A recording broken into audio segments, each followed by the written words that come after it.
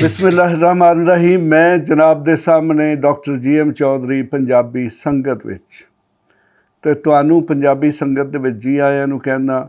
यकीनन तुसी मेरे प्रोग्राम बड़े गौर नाल सुन रहे होवोगे ते इंजॉय कर रहे होवोगे। मैं पंजाबी दी गल कीती ते मैनू बहुत सारे लोगों दे जिहड़े कमेंट्स ने वो आए कि उस्ताद इमामदीन गुजराती ਜਿਹੜੇ ਨੇ ਉਹਨਾਂ ਦੀ ਬਹੁਤ ਸਾਰੀ ਪੰਜਾਬੀ ਸ਼ਾਇਰੀ ਤੇ ਉਹਦੇ ਮੁਤਲਕ ਕੁਝ ਦੱਸਿਆ ਜਾਏ ਤੇ ਉਹਦੇ 'ਚੋਂ ਕੁਝ ਸ਼ੇਰ ਪੇਸ਼ ਕੀਤੇ ਜਾਣ।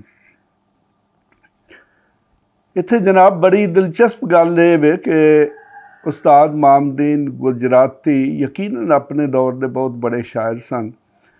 ਇਕਬਾਲ ਦੇ ਯਾਨੀ ਕਿ ਅਲਾਮਾ ਇਕਬਾਲ ਦੇ ਹਮ ਅਸਰ ਸਨ। ਤੇ ਅਗਰ ਤੁਸੀਂ ਉਹਨਾਂ ਦੀ ਉਰਦੂ ਸ਼ਾਇਰੀ ਜਿਹੜੀ ਕਿ ਉਹਨਾਂ ਦੀ ਇਸ ਕਿਤਾਬ ਬਾਂਗੇ ਦਹੁਲ ਦੇ ਵਿੱਚ ਮੌਜੂਦ ਹੈ ਔਰ ਇਹ ਕਿਤਾਬ ਮਾਰਕੀਟ 'ਚ ਵੀ ਅਵੇਲੇਬਲ ਹੈ, ਤੁਸੀਂ ਇਹਨੂੰ ਪੜ੍ਹੋਗੇ ਤੇ ਚੂँकि ਇਹਦੇ ਵਿੱਚ ਉਸਤਾਦ ਇਮਾਮਦੀਨ ਗੁਜਰਾਤੀ ਨੇ ਅਲਾਮਾ ਇਕਬਾਲ ਦੀ ਜਿਹੜੀ ਸ਼ਾਇਰੀ ਹੈ ਉਹਦਾ ਜਵਾਬ ਦੇਣ ਦੀ ਕੋਸ਼ਿਸ਼ ਕੀਤੀ ਸੀ ਤੇ ਬਿਲਕੁਲ ਉਸੇ ਤਰ੍ਹਾਂ ਦੀਆਂ ਜਿਸ ਤਰ੍ਹਾਂ ਬਾਂਗੇ ਦਰਾ ਦੇ ਵਿੱਚ ਲੰਮੀਆਂ ਲੰਮੀਆਂ ਨਜ਼ਮਾਂ ਔਰ मुख्तलिफ हिंदुस्तानी मामलात ते हिंदुस्तानी सियासत ते नज़मां सन। बिल्कुल उसे पाए दे उत्ते जाके उन्हां नज़मां गज़लां लिखियां। लेकिन चूँकि उस्ताद को बहुत ज़्यादा पढ़े लिखे नहीं सन, सिर्फ प्राइमरी पास सन ते जिस दी वजह बहुत छोटे दर्जे दे मुलाजम सन। यानी कि गुजरात दे विच जिहड़ी म्यूनसिपल कमेटी सी उहदे विच जिहड़े चुंगी मुहर्रर जिहड़े अजकल तो चुंगियां दा दौर खत्म हो गया, तो चुंगी वो हुंदी सी कि जिहड़ी चीज़ बाहरों आउंदी सी उहदे ते एक छोटा जिहा महसूल लिया जांदा सी, वो जिहड़ा कि उत्थों दी म्यूनसिपल कमेटी दी आमदनी दा जरिया हुंदा सी। लेकिन गुजरात की हद तक इर्द गिर्द जिहड़े ज़िले ने उन्हां दी हद तक या लाहौर दे विच भी यानी कि जिहड़ा भी कोई मुशायरा हुंदा सी खास तौर पर गुजरात दे विच ते उत्थे अगर उस्ताद होरी मौजूद नहीं सन हुंदे ते लोग उन्हां नूं घरों चुक के लै आउंदे सन और उन्हां नूं मोढियां ते चुक के लिआउंदे सन। बड़े ढोल ढमक्के नाल अजीब ही सीन किया जांदा जी कि हुंदा सी। जैसे ही उस्ताद होरी मशायरे दे विच दाखिल हुंदे हन ते फिर नारेबाजी हुंदी सी ते फिर लोग उस्ताद होरां नूं ही सुणदे हन, बाकी शायर बेचारे जिहड़े ने मूँह वेंदे रह जांदे। ते चूँकि फरमाइश की गई है कि मैं पंजाबी शायरी जिहड़ी वो पेश करां, तो पंजाबी शायरी दे उत्ते जिहड़ा आलमी है जी वो ये वे कि उन्हां दी एक किताब जिहड़ी कि 1944 छपी, उहदा नाम बांगे रहील सी, उहदे विच उन्हां दी पंजाबी शायरी छपी। लेकिन वो किताब इस वक्त मार्केट च अवेलेबल नहीं, दस्तयाब नहीं। तो जदों तक वो किताब नहीं मिलती तो जिहड़े आम तौर पर लोगों नूं ज़बान ज़दे आम शेर ने वो मैं जनाब नूं पेश करना। तो अज दे खास तौर पर जिहड़े मैं चंद एक शेर पेश करांगा वो उस्ताद दी जिहड़ी इश्किया शायरी है ना उहदे मुतलक।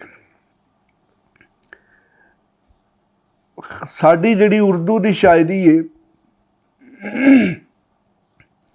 फारसी दी शायरी और बाकी भी ज़बानां की शायरी जिहड़ी है, पुरानी शायरी देखो तो वो सारी दी सारी रोमांटिक यानी कि इश्किया शायरी। तो किस तरह हो सकता है कि पंजाबी दी भी शायरी होए तो उहदे विच इश्किया शेरो शायरी ना होए। तो उस्ताद होरी अपने इश्क दे मुतलक जिहड़े शेर ने उन्हां दे विच किस तरीके नाल अपनी गल करदे ने वो ये। उस्ताद होरां दा एक शेर है जी कि हसीनों की जुल्फ़े नहीं तेरी किस्मत, हसीनों की जुल्फ़े नहीं तेरी किस्मत, तू खोती दी पूछल पकड़ मामदीना। हसीनों की जुल्फ़े नहीं तेरी किस्मत, तू खोती की पूछल पकड़ मामदीना।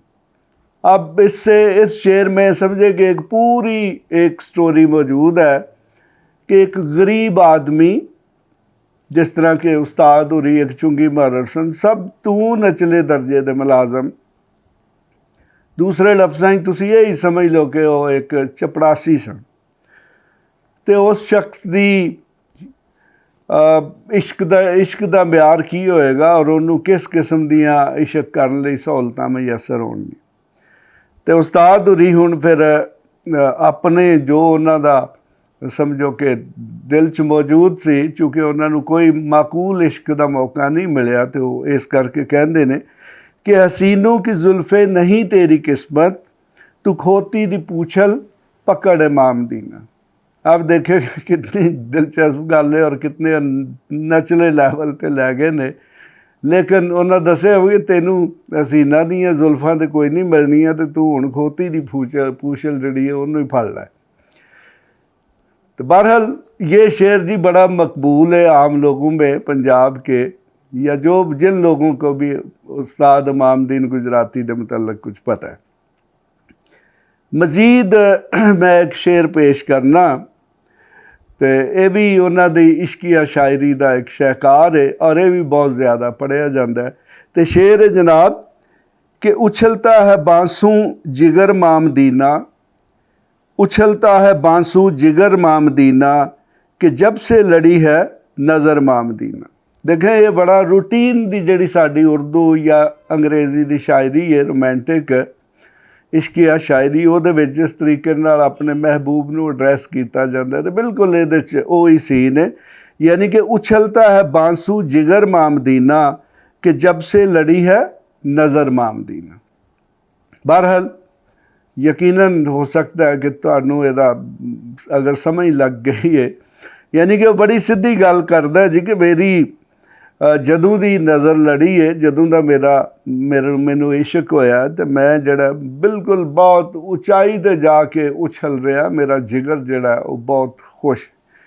उर्दू शायरी नूं अगर देखो जी तो वो दिल और जिगर जड़ा है वो इर्द गिर्द सारी जिहड़ी है उर्दू शायरी घूमदी।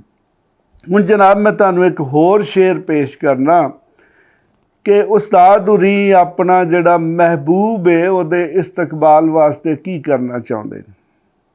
चूँकि उस्ताद होरी कमेटी दे मुलाजम सन, तो यकीनन जिहड़ा एक कमेटी का बहुत छोटा जिहा मुलाजम है वो की सोच सकता है, उन्हें बड़ी अच्छे तरीके नाल वो सोच जिहड़ी उन्होंने बयान कीता।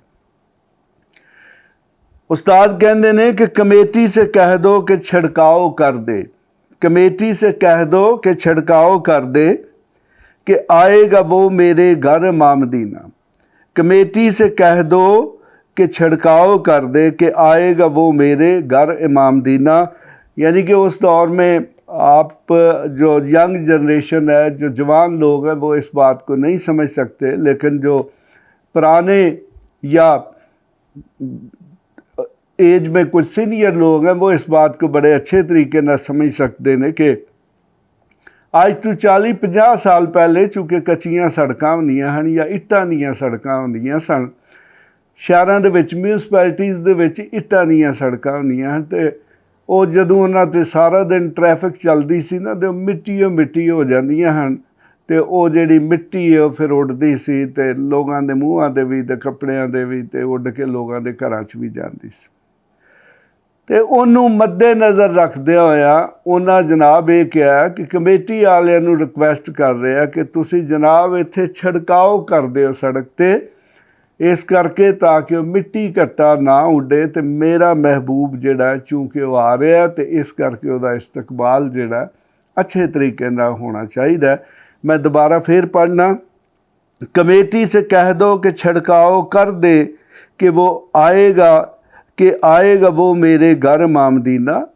कमेटी से कह दो कि छिड़काव कर दे, कि आएगा वो मेरे घर इमाम दीना।